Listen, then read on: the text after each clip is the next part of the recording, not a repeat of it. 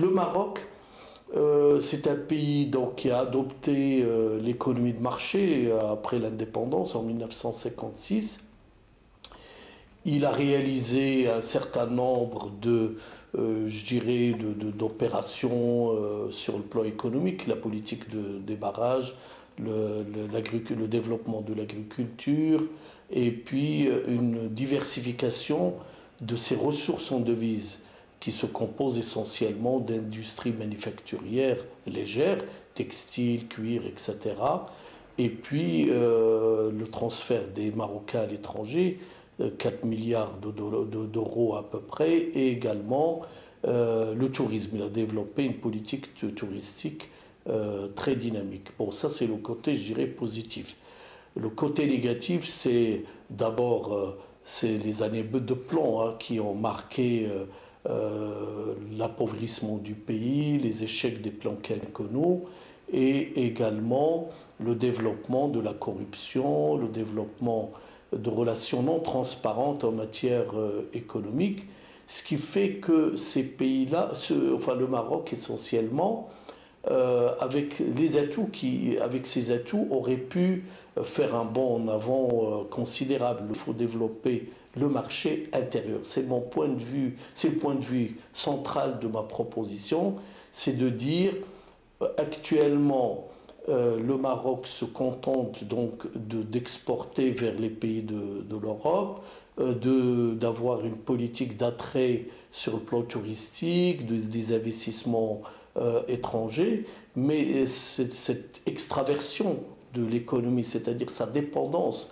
de l'Union européenne essentiellement, et présente certaines fragilités. Quand il y a eu la crise de 2008, le Maroc a eu beaucoup de difficultés, baisse de la fréquentation touristique, transfert de ses travailleurs à l'étranger, etc. Donc il y a beaucoup de fragilités. Donc l'Algérie présente un modèle vraiment très déséquilibré en matière de modèle économique. Après l'indépendance, il y a eu deux fragilités. C'était la nationalisation au nom d'une industrie industrialisée qui est complètement échouée. On a développé tout un secteur industriel, mais qui devait s'étendre sur l'ensemble du continent africain, c'est-à-dire, je pense à la sidérurgie, je pense à l'industrie automobile, et on constate que l'étroitesse du marché algérien fait que ces industries ne peuvent tourner que pour un marché étroit. Et en plus, l'Algérie développe des activités qui induisent une dépendance aussi de l'étranger. Au total, l'Algérie exporte pour 98% des hydrocarbures, c'est-à-dire que elle dépend entièrement des hydrocarbures. Le jour qui viendra, le jour où il n'y aura plus de pétrole et de gaz, il y aura beaucoup de difficultés, c'est-à-dire que ce pays-là va connaître un chômage endémique, l'État n'aura plus les ressources qu'elle a actuellement. Actuellement, l'État essaie de colmater les tensions sociales par des subventions, 15 milliards de dollars pour subventionner les produits de première nécessité. Tout ça, ça ira pas loin. Et donc, l'Algérie présente ces deux tares, on va dire, une économie soviétique qui n'arrive pas à entamer convenablement sa transition, comme ça a été fait dans les pays de l'Est, pour la raison bien simple, c'est que les privatisations, c'est un échec, et que le développement d'industries comme c'est souhaité, innovantes, etc., attend toujours, et que les privatisations des banques est en plein, comment dire, au point mort, on va dire. Le système bancaire, il est extrêmement archaïque. Donc c'est ça, c'est le nœud de la guerre, les financements. Et puis les mesures récentes là, de restriction des investissements étrangers va empirer la situation.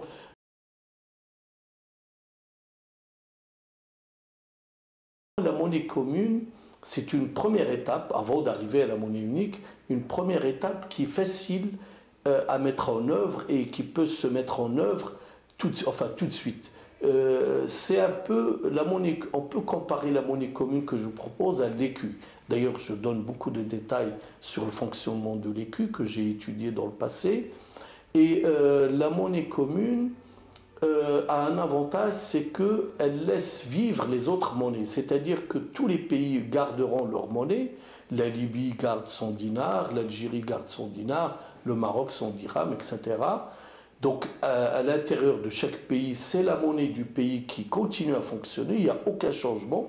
Par contre, dans les échanges entre les opérateurs économiques maghrébins, les voyageurs, les investisseurs, les banquiers, les entreprises, les étudiants qui se déplacent, etc., il y aura possibilité d'utiliser cette monnaie commune que j'appelle le dinram, qui est la contraction du mot dirham et dinar.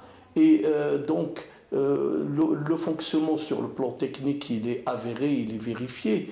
Je ne vais pas rentrer dans le détail, mais ça consiste tout simplement à solder à la fin de l'année les échanges entre les pays du maghrébin, les échanges à la fois de biens et services commerciaux, et les échanges d'invisibles, c'est-à-dire les voyageurs, les touristes, et puis les investissements de part et d'autre, et on arrive à un solde, c'est-à-dire on n'aura à régler que les soldes. En plus, ces soldes peuvent être compensés au sein de la région. Quand il y a un qui a exporté plus vers l'autre et que l'autre a exporté plus vers le troisième pays, tout ça, ça peut se solder. Ça n'empêche pas d'avoir des convergences, c'est-à-dire des politiques de convergence sur le plan à la fois de la législation, sur le plan des réglementations douanières et puis vis-à-vis aussi des afflux étrangers de marchandises, d'investisseurs, etc. Donc tout ça, ça nous donne une possibilité d'augmenter les échanges. Actuellement, les échanges intra-maghrébins constituent 2%. Donc il faut aller vers 40% des échanges, ce qui est la moyenne des régions. On va économiser le recours aux devises.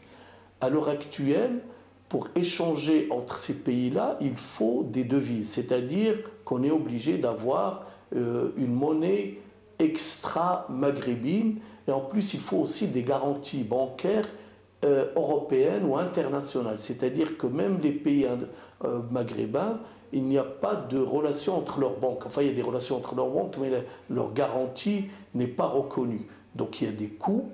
Donc c'est pour ça que je propose l'établissement d'abord de cette monnaie commune. La monnaie unique, comme je l'ai dit tout à l'heure, c'est un projet de long terme. Il faut que dans les pays arabes, notamment le Maghreb, qu'il y ait aussi un dessein, qu'il y ait un objectif. L'objectif, ça serait l'union du Maghreb arabe, c'est-à-dire l'union économique, pas seulement politique, pas seulement institutionnelle. Il le faut. Il faut des relations, il faut des institutions, etc. Mais il faut qu'il y ait une union économique qui va être un peu la bouffée d'oxygène, qui va être un petit peu aussi l'objectif à atteindre, et tous les pays vont travailler dans ce sens.